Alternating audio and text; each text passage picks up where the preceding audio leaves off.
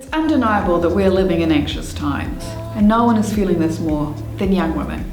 Statistics from the 2017-18 New Zealand Health Survey found that 17% of young women aged 15 to 24 experience symptoms such as anxiety, confused emotions, depression or rage often, and that's double the rate for young men of the same age.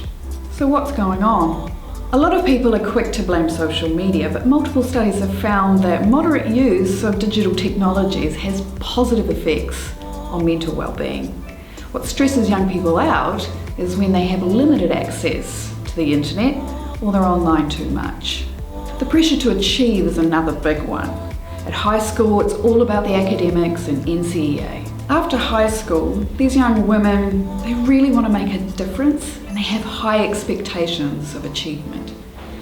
There's this perceived pressure that they've only got one shot at it and they've got to get it right first time.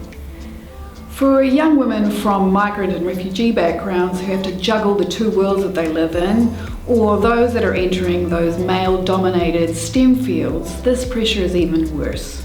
Perhaps most heartbreaking of all is how much our young women are worrying about financial stability, and not just their own, but for their parents and their whānau as well.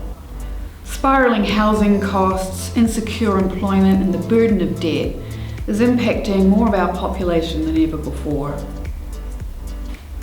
It's clear that any solutions have to do three things.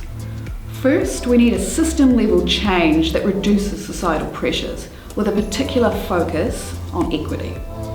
The recommendations from last year's government inquiry into mental health and addictions were particularly strong on this, and we hope the government takes quick and decisive action.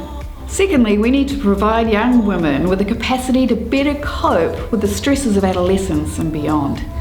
We'd love to see a compulsory curriculum that follows them all the way through their schooling, that teaches personal development, resilience, social skills, and responsible online participation right alongside maths, English and science. Young women, and indeed all of us, need to learn to be adaptable, to be unafraid to fail, to be creative, and to work well with others. And lastly, for those young women who need more support, we need to make professional support more accessible and available than it currently is. To read the full report, go to our website. And keep an eye out in the next couple of months for our next Insights report, where I'll be diving into body image.